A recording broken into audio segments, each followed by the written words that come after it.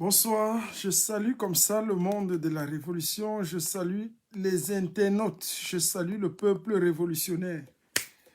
Merci encore, je vous prie comme ça de vous connecter massivement parce que le temps est venu pour nous de prendre un certain nombre de prérogatives sous nos mains, sous nos épaules, sous notre coupole, comme il est de coutume. Merci encore, merci à tous ceux qui se connectent, merci à tous ceux qui sont en train de se connecter.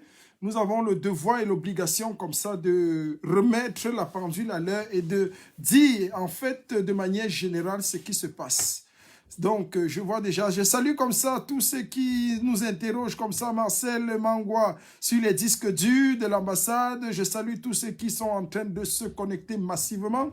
Vous savez, ça fait plusieurs jours, plusieurs semaines que nous avons pris le temps d'examiner, de structurer, de voir comment est-ce que nous devons orienter au mieux la lutte de résistance pour renverser, tétaniser et détruire à jamais les symboles du régime tyrannique et satrapique de Yaoundé. Bienvenue comme ça aux éditeurs, bienvenue aux auditrices, bienvenue à tous ceux qui se connectent. Partagez massivement le live. Didier Olivier, je te dis bonsoir. Kev, je dis bonsoir. Bonsoir à tout le monde. Bonsoir à Bodé. Zazario, bonsoir à tous ceux qui sont en train de se connecter. Donc, c'est très important comme ça. Le direct de ce soir va être articulé sur 3 axes majeurs. En fait, c'est 2 grands axes avec une transition. Blaise Moussa, je te dis bonsoir. Bonsoir Landry Ngansop, bonsoir à tout le monde. Comme il reste de la vérité, Mafeu Tonta, je dis bonsoir à tout le monde, tous les internautes. Bonsoir au peuple de la révolution, c'est très important. Tankou, bonsoir. Du Caire. Oh, il y a quelque chose de très fondamental, c'est, je le disais tantôt, le direct de ce soir sera articulé sur 2 axes majeurs, 2 axes principaux. Il s'agit pour nous ici de statuer sur la révolution en elle-même, c'est-à-dire au sortir de ce combat que nous menons depuis un bon bout de temps, où en sommes-nous réellement? Où en sommes-nous? Où est-ce que nous allons? Et que devient la lutte de résistance? Que devient la lutte de résistance? Elvis, bonsoir. Elvis Fogos. Que devient la lutte de résistance? Où est-ce que nous en sommes réellement? Ça, ce sont des enjeux et des questions majeures. Partagez massivement le live. Nous allons en faire un. William Kwam, bonsoir. Nous allons faire ce live et nous allons structurer la lutte de résistance. Nous allons dynamiser le combat et nous allons remettre les pendules à l'heure. C'est très important. Beaucoup parmi vous se posent des questions. Beaucoup parmi vous se demandent où est-ce que nous en sommes. Qu'est-ce qui se passe réellement dans la lutte? Pourquoi est-ce que, pourquoi nous allons balayer toutes ces interrogations d'un revers de la main et nous allons donner le cap, fixer le cap et donner les orientations pour la lutte véritable. Merci encore, merci au peuple de la résistance. Merci à tous ceux qui sont connectés. Merci à tous ceux qui se connectent. C'est très important comme ça pour nous, c'est très important pour vous de nous retrouver comme ça ce soir. Le direct de ce soir portera sur 2 axes majeurs, 2 axes principaux. Le premier axe portera exactement sur la première mi-temps. Nous avons intitulé ce direct, comment est-ce que nous l'intitulons? La première articulation sera la phase 1 de la révolution. C'est-à-dire nous allons expliquer rapidement ce qui s'est passé de octobre 2018 jusqu'à décembre 2020. C'est très important. Parce que nous sommes arrivés à une phase où on est obligé de constater avec beaucoup d'amertume que nous sommes en une phase de mi-temps. Nous sommes dans une phase où on est obligé de nous rendre à l'évidence que les choses, qu'on le veuille ou pas, sont un peu mortes. Elles sont stagnantes, elles sont difficiles. Alors on a besoin d'un sang nouveau, on a besoin d'un esprit nouveau, on a besoin d'une dynamique nouvelle.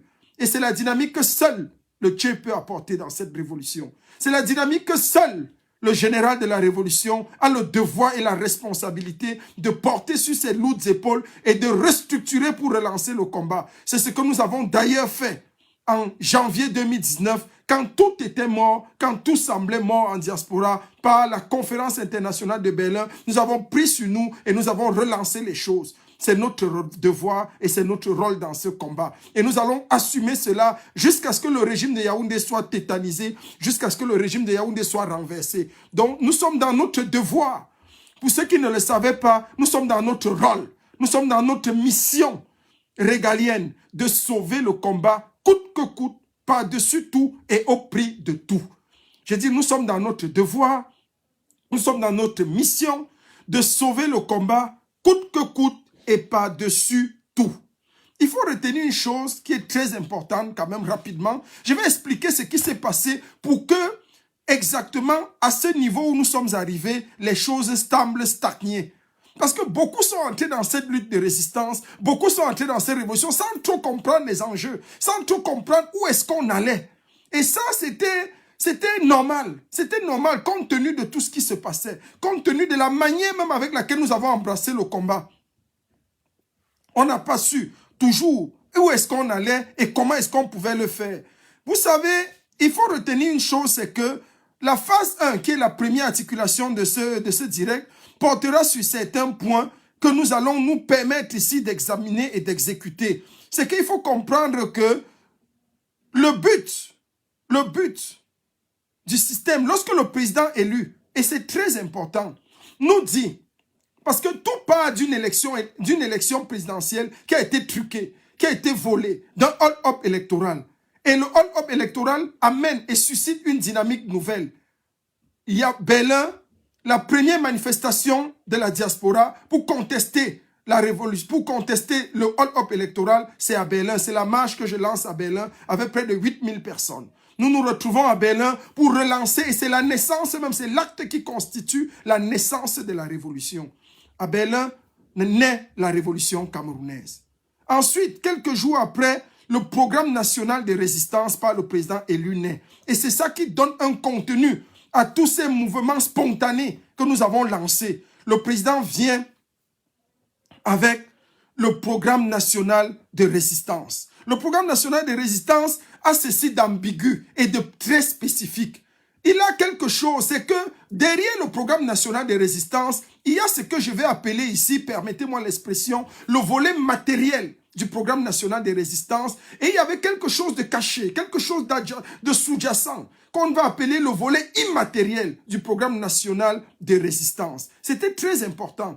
Pourquoi? Parce que le volet matériel du programme national de résistance, c'était le non au hold-up électoral, c'était la fin de la guerre au Nozo, c'était oui un dialogue consensuel, c'était pas d'élection tant qu'il n'y a pas un code électoral consensuel au Cameroun. Voilà les trois axes, les trois articulations majeures qui axent le programme national de résistance. Mais derrière ce programme national de résistance, ce qu'il faut comprendre, et ce que beaucoup n'avaient pas compris, le président lui l'a toujours dit, et il l'a même dit chaque fois, c'est qu'il s'agissait de barrer la voie de manière drastique et de manière dangereuse à toute forme d'élection qui pouvait encore avoir lieu au Cameroun pour éviter un deuxième, un troisième et un énième hold-up électoral. C'est de ça qu'il est question.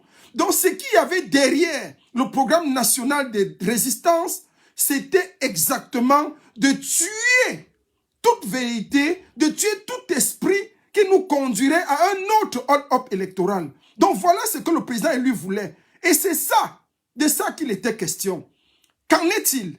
Quels en sont les résultats? D'où l'articulation du premier axe de cette intervention ce soir.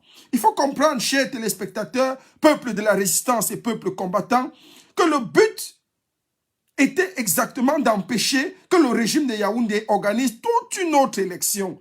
Ce qui va nous conduire, lorsque nous regardons ce qui s'est réellement passé, on est obligé de constater avec beaucoup d'amertume qu'il y a eu au moment et au déroulement de notre révolution, de notre lutte de résistance, trois séquences majeures, trois séquences fortes dans ces premiers axes, dans ce premier mouvement. La première séquence exactement est la séquence de l'élection présidentielle. La séquence d'élection présidentielle, c'est ce vol de l'élection organisée par Biya. Et le vol des élections entraîne et implique directement la première marche à Berlin, les marches à Paris, la contestation de la diaspora, la conférence internationale de Berlin, le boycott même des artistes, parce que tout commence avec le boycott des artistes, la marche de Berlin, la conférence de Berlin, les marches de Paris, Game Over aux États-Unis et la bataille de Genève. Tout ceci, c'est la dynamique que la diaspora s'est constituée pour pouvoir barrer la voie à un régime qui se voulait brigand et de bandits. Voilà comment est-ce que nous nous sommes armés pour détruire de manière drastique et de manière latente le régime de Yaoundé. C'est donc ça qu'il était question. Nous ne pouvons pas ne pas citer les zones de turbulence que nous avons connues. Nous avons connu dans ce mouvement, dans cette traversée, beaucoup de zones de turbulence. Il y a eu par exemple la transition. Nous avons dû lutter, batailler dur comme fer avec le mouvement corps pour empêcher la transition. Et ce que nous avons réussi à faire, nous avons bataillé contre l'investiture, nous avons bataillé contre le gré à gré et nous avons gagné toutes ces batailles. Ça, il faut le dire. Mais vous allez vous rendre compte qu'il y a eu beaucoup d'évidence. Il y a eu beaucoup d'échecs également. Il y a eu beaucoup de moments difficiles. Il y a eu beaucoup de ratés. Et c'est ça qui nous a conduit à ce que aujourd'hui tout semble mort. Les gens semblent fatigués. Tout semble épuisé. Parce que il y a quelque chose de clair. C'est que il faut comprendre que pourquoi est-ce que nous prenons l'élection présidentielle comme étant une séquence. Ça, il faut qu'on vous l'explique clairement. C'est très important. Il faut connaître que Biya est un bandit. Il fut un bandit. C'était quelqu'un de très astucieux, le régime de Yaoundé. Le régime de Yaoundé avait compris très vite que l'élection devait avoir lieu normalement. On devait avoir les élections en 2018. On devait avoir les élections municipales et législatives avant d'avoir les élections présidentielles. Mais Biya, en 2018, sait et comprend très vite ce qui s'est passé en Côte d'Ivoire avec Gbagbo, ce qui se passe dans d'autres pays. Il ne veut pas tomber dans ce piège.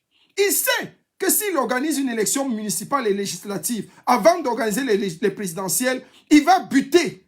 Pourquoi? Parce qu'il suffira que les élections présidentielles et législatives soient contestées. Parce qu'il y a la guerre au Nozo. Le Cameroun n'est pas tranquille. Dès qu'on va entrer dans une contestation, dans une rébellion de ce type d'élection, alors on va arriver en 2018, octobre, où son mandat sera expiré et il ne sera plus président de la République. Alors, on va tomber dans un vide juridique. Mais Biya en bandit, en grand maître, ne peut pas permettre cela. Il préfère décaler les élections législatives et municipales. Il dit, je vais commencer par les élections présidentielles. Parce que même si il est plus difficile de contester une élection présidentielle pour lui que de contester les législatives ou de les voir tenir. Alors il se dit, je prends d'abord les élections présidentielles et en bandit, je vais m'asseoir sur le pouvoir. Même si les élections législatives et municipales n'ont pas lieu parce que le pays n'est pas stable, il n'en demeure pas moins vrai que je suis président de la République. Et c'est ce qui s'est passé. C'est ce qui s'est passé. C'est très important. Il faudrait que nous comprenions l'essence même de notre lutte. Beaucoup sont entrés dans la lutte de résistance sans comprendre exactement. Beaucoup avaient juste les leitmotifs. Non au hold-up électoral. Pourquoi vous faites la lutte? Non au hold-up électoral. Non à la guerre au Nozo. Oui, c'était des facteurs importants. Mais ce n'était pas ça qu'il fallait comprendre pour saisir exactement ce pourquoi on est dans le combat. C'est pourquoi on était dans le combat, c'est que le président élu, son excellence Maurice Kamto, il a toujours dit, lui-même il a dit, derrière ces leitmotifs qui nous permettaient d'avancer, il fallait comprendre qu'il voulait casser à tout prix. Casser à tout prix, empêcher toute autre forme d'élection au Cameroun. C'est de ça qu'il était question. Ce qui va nous conduire dans le deuxième temps mort, dans la deuxième séquence de notre intervention ce soir, sur les élections municipales de février 2020. Le calendrier est déployé. On a bataillé comme on pouvait. Néanmoins, le hold-up a été consommé. Biya est resté, il s'est assis comme président. Il lance donc les élections municipales et législatives de février 2020.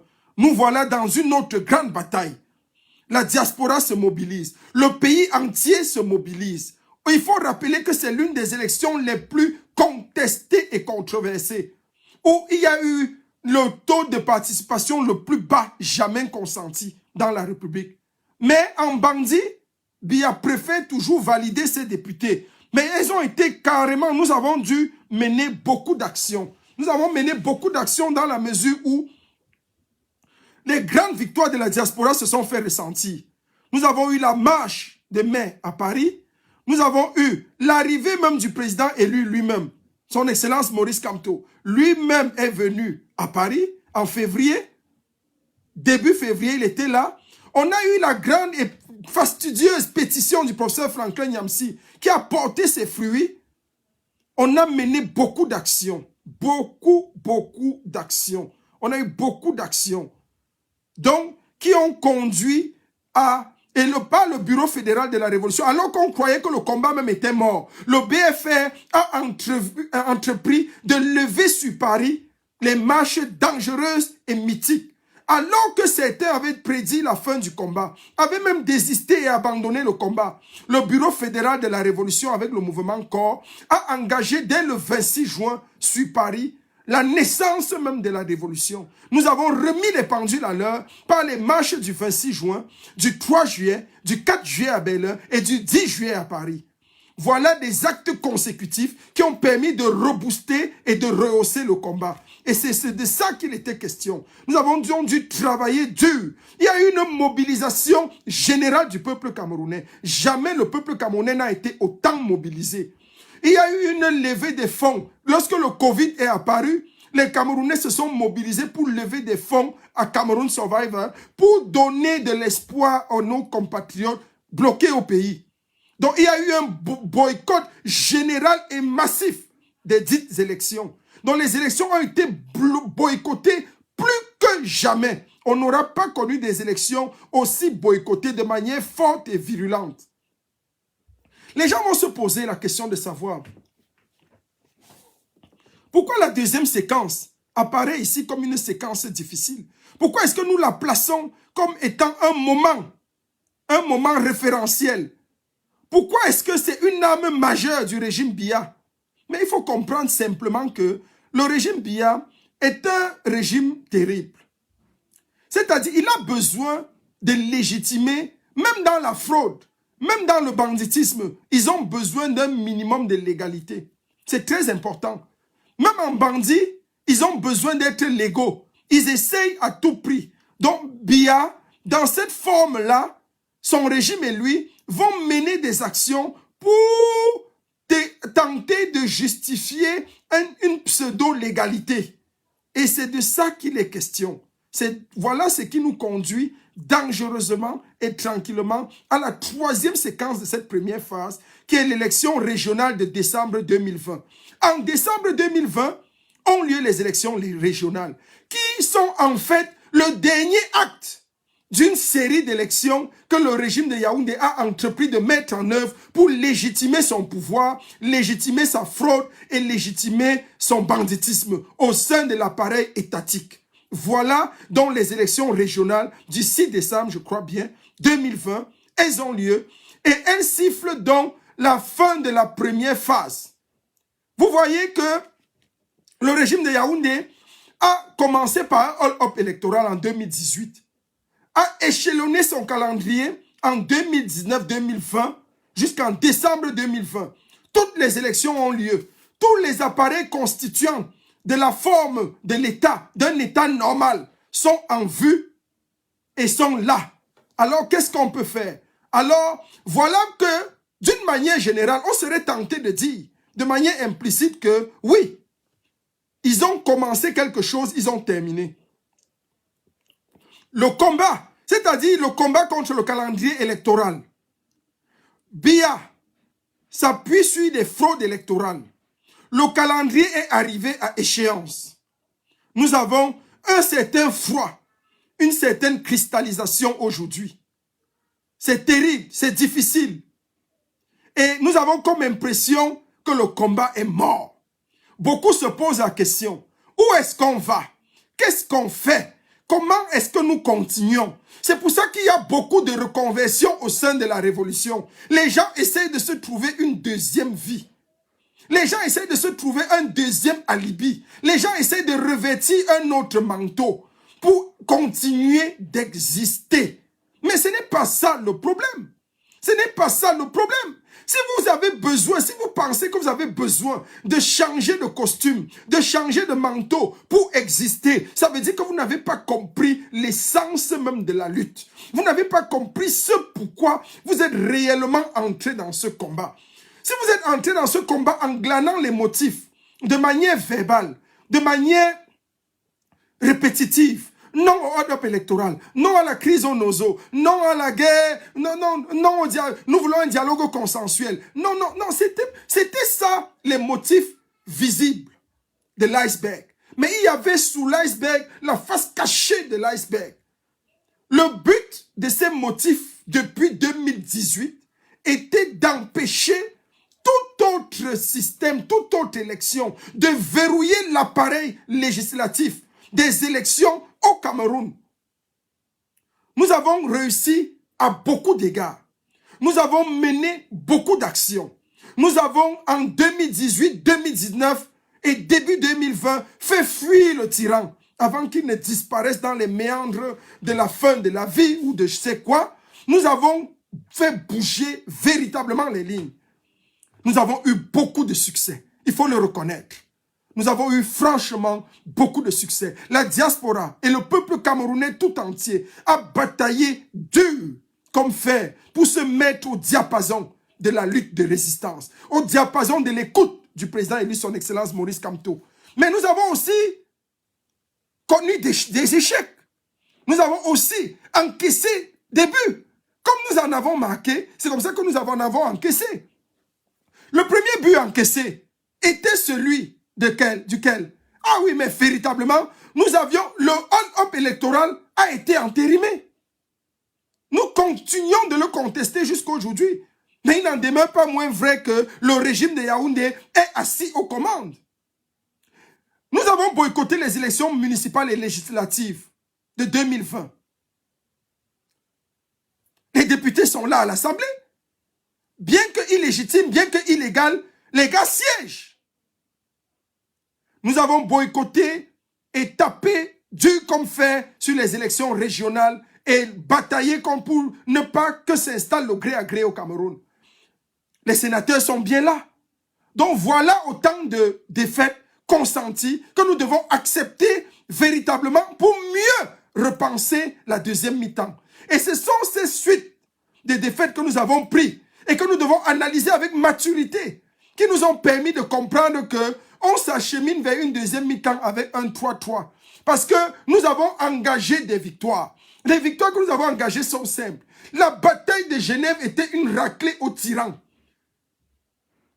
La bataille du hold-up électoral, la naissance même de la contestation, de la révolution, depuis l'acte posé par le général El Chenou, leader et général de la révolution, le 20 octobre 2018. L'acte constituant la naissance même de la révolution était encore un coup de poing, un but dangereux. C'était un Zola pour le régime de Yaoundé. C'est très important.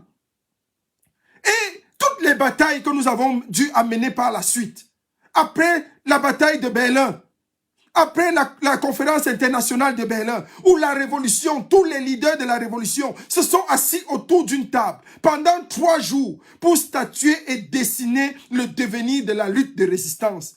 Oui, cela a été fait par nous. Nous sommes dans notre mission, nous sommes dans notre rôle de sauver coûte que coûte ce combat. Il ne va pas mourir. Il ne mourra jamais. Vous pouvez changer de casquette, vous pouvez changer d'habit, vous pouvez changer de vêtements, mais nous allons continuer dans ce que nous savons faire de mieux, qui est la révolution camerounaise. Batailler contre le régime de Yaoundé, taper sur le régime de Yaoundé, éclipser, éclabousser le régime de Yaoundé, donner des coups de poing au régime de Yaoundé, faire tomber la dictature reptilienne. Voilà la fin de la mission que nous nous sommes assignés. Et pour cela, nous avons et nous continuons de confesser un seul leader digne de révérence. C'est le professeur, le président élu, son excellence Maurice Kamto, qui est le leader incontesté et incontestable. Leader incontourné et incontournable. Leader irreproché et irreprochable de la lutte de résistance. Les gens peuvent taper sur lui, les gens peuvent tirer sur lui, mais nous restons focus. Parce qu'il nous a dit, je ne vous trahirai jamais. Et tant que nous avons cette parole à l'esprit, nous sommes sûrs et certains qu'il ne nous trahira jamais. Et nous continuons de le suivre et nous continuons de travailler avec lui. C'est très important. Ce qui nous a conduit aujourd'hui en ce moment-ci à une grande pause. Vous avez vu que pendant la pause, beaucoup ont fui. Beaucoup ont disparu. Beaucoup se sont perdus. Il y a eu beaucoup de reconversions que nous louons d'ailleurs. C'est bon d'avoir des élans de générosité. Beaucoup sont rentrés dans la générosité. Nous avons vu des mouvements se transformer maintenant en ONG et beaucoup. Nous louons ces actes. C'est important. On doit continuer de vivre et d'exister. Mais nous ne devons pas perdre de vue l'essentiel. L'essentiel pour nous, c'est de taper sur Christian Kawa, je te dis bonsoir. C'est de taper coûte que coûte, avec tous les coups que nous pouvons sur le régime de Yaoundé et de continuer de lutter afin que le président élu, son excellence Maurice Kamto, prenne ce qui lui revient de droit, c'est-à-dire le hold-up électoral et un pays, un Cameroun démocratiquement stable. Nous ne serons pas, le général chez nous n'est pas entré dans la révolution quand on vous met en Kodengui, je vous donne à manger. Je loue les actions de ceux qui vous donnent à manger. Je loue les actions de ceux qui vous donnent à boire. Si un jour, moi, je suis arrêté et que je parte en Kodengui, renverser ce système au mieux pour me libérer. Et me libérer véritablement. Véritablement. Donc, voilà les choses qui se passent pour ce pourquoi nous sommes entrés dans la lutte. Nous ne devons pas perdre cela de vue. C'est très important. Sinon, on va se rendre compte qu'on est en train de passer à côté de la barque, à côté de la lutte. Et ça me rappelle une des phrases du professeur Franklin Nyamsi qui disait, il y a des gens que quand vous les écoutez, vous sentez qu'ils étaient à l'école. Ils n'étaient pas à côté de l'école. Ils ne sont pas passés à côté, ils sont allés dans l'école. Ils sont allés à l'école. C'est la même chose avec, j'ai envie de faire cette transposition ici pour parler de la lutte de la révolution camerounaise, de la lutte de résistance. Il y a des gens qui sont entrés dans la lutte de résistance, dans le combat, en passant à côté du combat, à côté de la lutte. Nous louons vos efforts. Parce que même en passant à côté, vous nous avez accompagnés. Même en passant à côté, vous étiez avec nous. On a pu compter sur vous. Vous avez fait foule avec nous. Le nombre a été... Vous avez fait partie du nombre. Maintenant, il faut qu'on continue maintenant pour s'asseoir et distinguer les combattants qui étaient venus dans le combat pour renverser la tyrannie, pour renverser le régime de Yaoundé. C'est très important. C'est primordial. On ne peut pas se passer de ça. Et c'est pour ça qu'à cette pause, une pause comme celle-ci, un constat est clair. Comme tout mouvement, nous avons le sentiment d'un temps mort. Nous avons des gens, nous voyons des gens s'offusquer sur la toile, par-dessus tout. Nous voyons des gens dire et penser que la révolution serait morte. Mais je dis non, il n'en est pas question. Une révolution ne meurt pas. Une révolution ne meurt jamais. Si vous savez ce que c'est que la révolution, comprenez avec moi qu'elle ne mourra jamais. Pire, quand celui qui a posé l'acte de naissance de la révolution est encore vivant, quand ceux qui ont lancé le mouvement révolutionnaire sont encore là, elle ne peut pas mourir. Parce que nous la portons dans nos cœurs. Nous sommes là pour constater que maintenant, il est temps de réajuster le tir.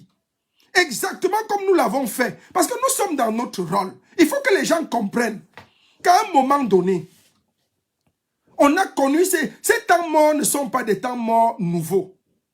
Mais celui-ci a la particularité d'être un temps mort spécifique.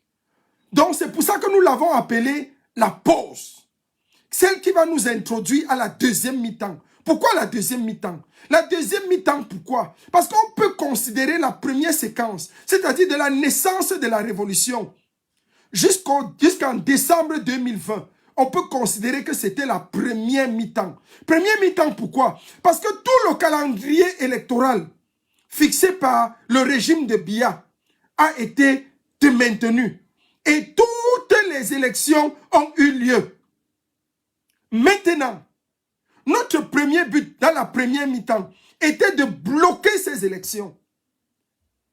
La mission première qu'on aurait dû faire, qu'on a essayé de faire, c'était d'empêcher que ces élections n'aient pas lieu. Nous avons empêché au maximum. Mais le régime, dans sa fraude, a pu faire valider ces élections et les a mises sur le tapis. Maintenant, comment est-ce que nous devons continuer? La deuxième phase est une phase technique et tactique. La deuxième phase est une phase qui appelle à la ruse. Elle appelle à notre intelligence. Elle appelle à la compréhension du système du régime de Yaoundé.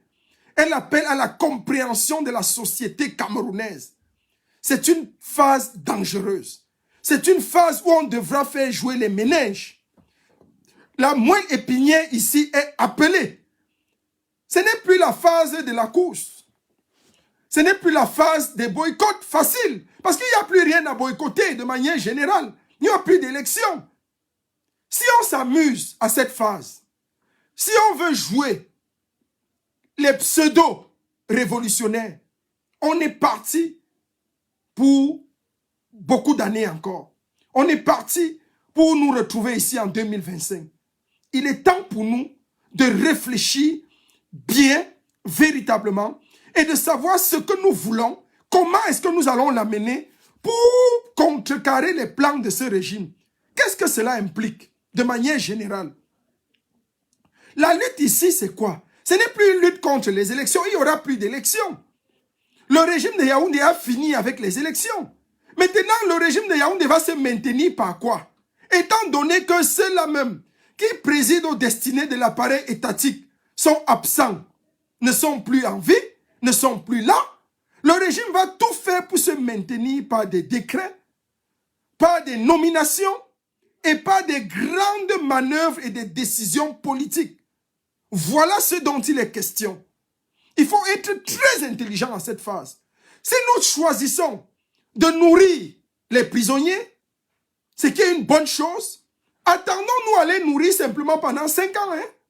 Ou bien jusqu'à ce que les gars se fatiguent et les gracient. Mais nous ne sommes pas entrés dans cette lutte pour accompagner le système. Nous ne sommes pas entrés dans la lutte de révolution pour jouer la part du système, pour attendre que le système tape les tambours et nous dansons. Jamais. Jamais. Quand nous faisions naître cette révolution à Berlin, le 20 octobre 2018, ce n'était pas dans l'optique de venir danser quand le régime tapera les tam-tams. Non. Nous avons dit, nous allons taper nous-mêmes les tam-tams et le régime va se mettre au diapason. Et c'est maintenant que nous devons arrêter le tam-tam et taper pour que le régime se mette au diapason. Il y a beaucoup d'axes en vue. Qui l'eût cru? Qui aurait pu imaginer que tout était fini, tout était presque terminé en 2018, alors que nous avons pensé la conférence internationale de Berlin qui a remis la révolution sur la sellette et permis d'avancer. Maintenant, nous sommes dans le laboratoire, nous sommes sortis déjà avec beaucoup de propositions sous la main et nous allons vous servir quelque chose qui va permettre de remettre des pendules à l'heure. Au peuple de la révolution, je veux dire ceci, en tant que général de la révolution, ne soyez pas attristés.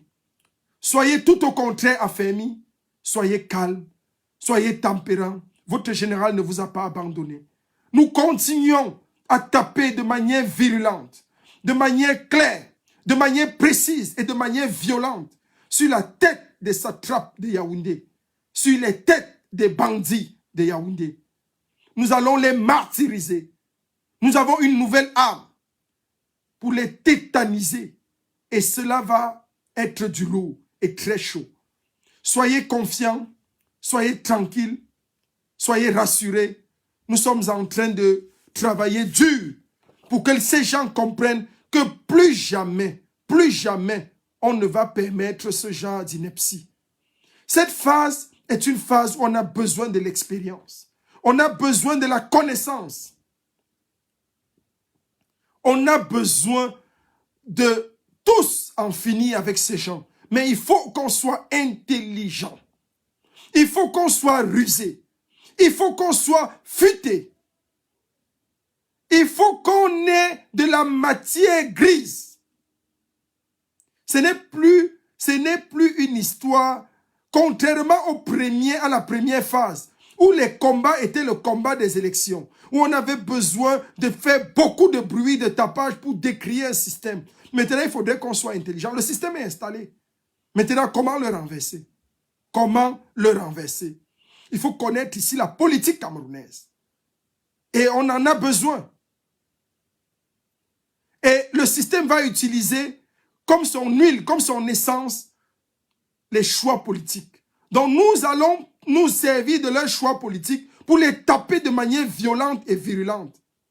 Or, le calendrier politique de ce régime, de ces gens, est inexistant. Ils n'ont pas de calendrier politique. Ce qui fait que la deuxième mi-temps sera très compliquée.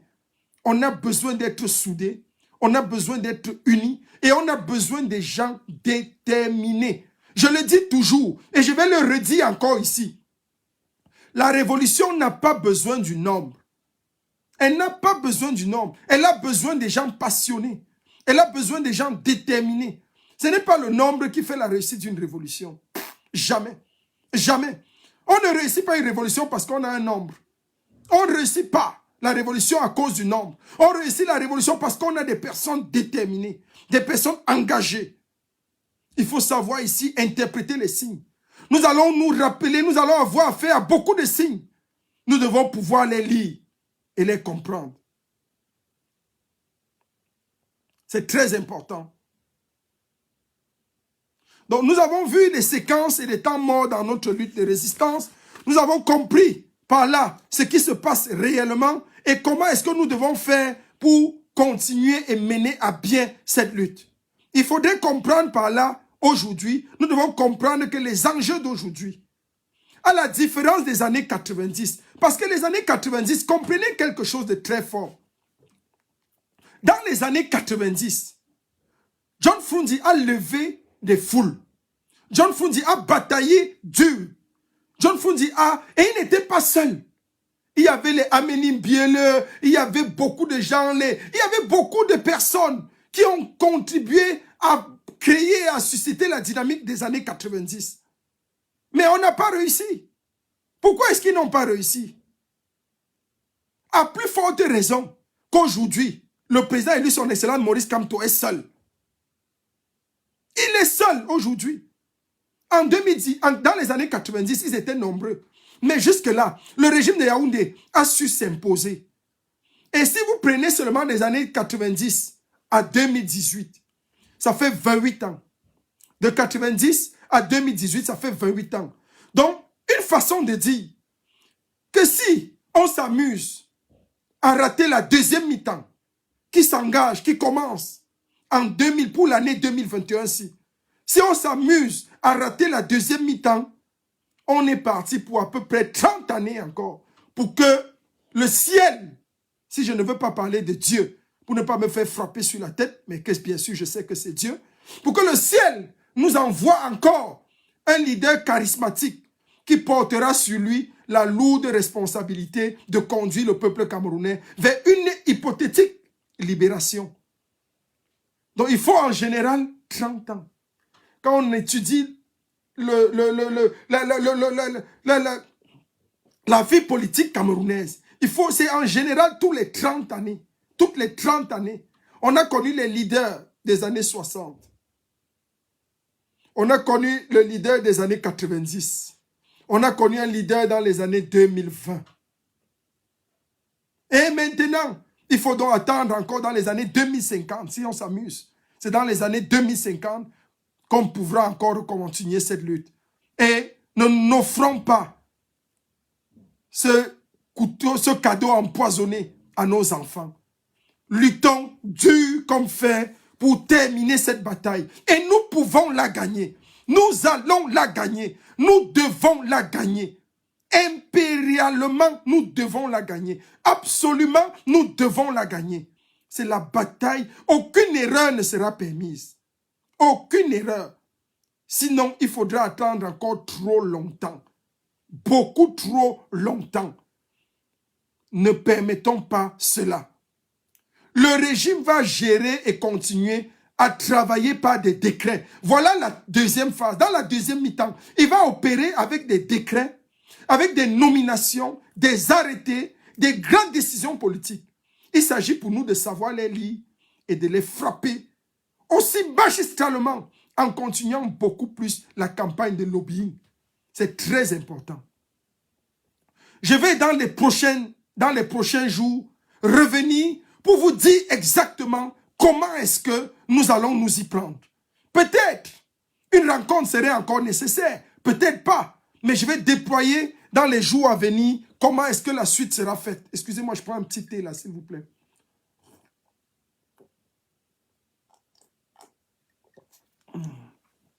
Merci.